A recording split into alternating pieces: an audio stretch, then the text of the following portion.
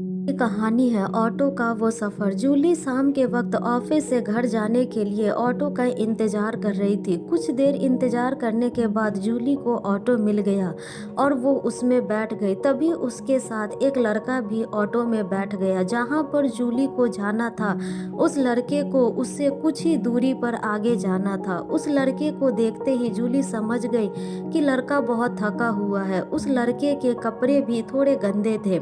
Auto में बैठने के 10 मिनट बाद ही उस लड़के को नींद आने लगी। वो लड़का कोशिश कर रहा था कि नींद ना आए, लेकिन उसको नींद आ जाती है और वो सो जाता है।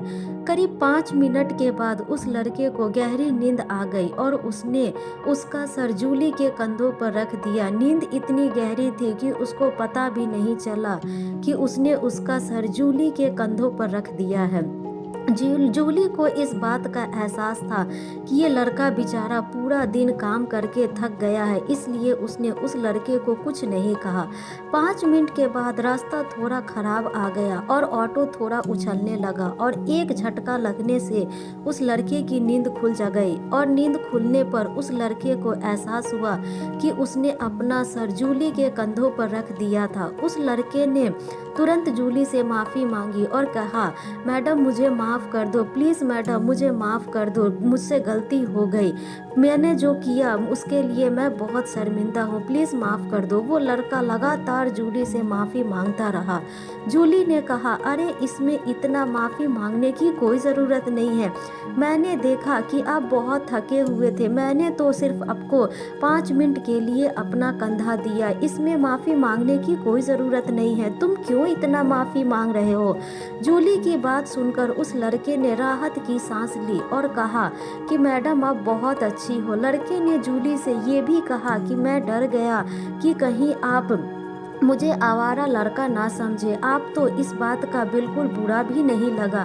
अगर आपकी जगह कोई दूसरी लड़की होती तो वो मेरी इस हरकत के लिए पुलिस में रिपोर्ट कर देती।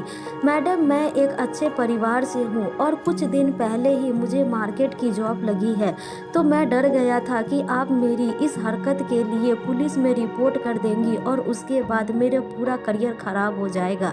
लड़का ने ये भी कहा कि इसके संबंधित मैं सोशल मीडिया पर बहुत सारे किस्से भी देखे हैं और मैं तो लड़कियों से देखकर ही डरता हूँ। लड़का की सब बात सुनकर यह पुलिस जूली हैरान हो गई कि तभी सुनकर लगा कि इस लड़के के दिल में कितना खौफ था। थोड़ा सोचने लगा, अगर लड़के ने ये हरकत के सिवा और किसी से साथ किया होता, लड़की आसानी से इस लड़के को छेड़छाड़ के केस में उसको बाद बड़ा आसानी से लड़के की पूरी लाइफ खराब कर जाती, या फिर वो इस जूली की तरह बात को अच्छे से और केस नहीं करती। मैं सभी लड़कियों से यही कहना चाहूँगी कि सभी लड़के या फिर मर्द एक जैसे नहीं होते हैं, वो हमारा फ़ायदा उठाना नहीं चाहते। हो सकता है कि कुछ लड़के ऐसे मानसिकता वाले हो, लेकिन सभी ऐसे नहीं होते। हमें हर लड़कों को शक और घृणा की नज़रों से नहीं देखना चाहिए। और मैं सभी लड़कियों से यही कहना चाहूँगी कि सभी लड़का बिना सोचे समझे लड़कों पर केस नहीं करती।